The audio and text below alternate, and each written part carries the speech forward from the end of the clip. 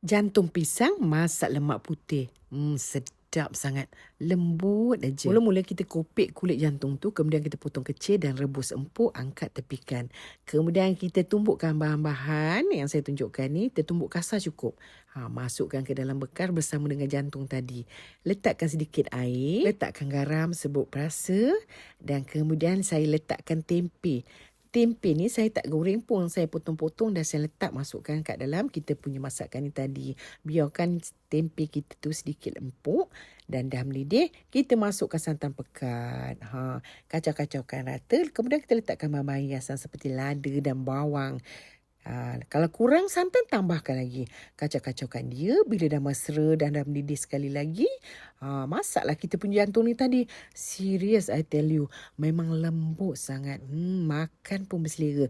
Bertambah saya makan hari ni. So, apa tunggu lagi? Silalah cuba. Jantung pisang masak lemak putih. Sedap sangat. Lembut aja. Mula-mula kita kopek kulit jantung tu, kemudian kita potong kecil dan rebus empuk, angkat tepikan. Kemudian kita tumbukkan bahan-bahan yang saya tunjukkan ni, kita tumbuk kasar cukup. Masukkan ke dalam bekar bersama dengan jantung tadi. Letakkan sedikit air, letakkan garam sebut perasa dan kemudian saya letakkan tempe.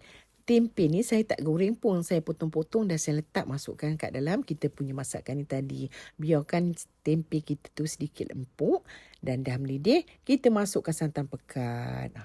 Kacau-kacaukan rata, kemudian kita letakkan bahan-bahan hiasan seperti lada dan bawang. Kalau kurang santan, tambahkan lagi. Kacau-kacaukan dia. Bila dah mesra dan dah mendidih sekali lagi, masaklah kita punya jantung ni tadi. Serius, I tell you. Memang lembut sangat. Makan pun berselera. Bertambah saya makan hari ni. So, apa tunggu lagi? Silalah cuba.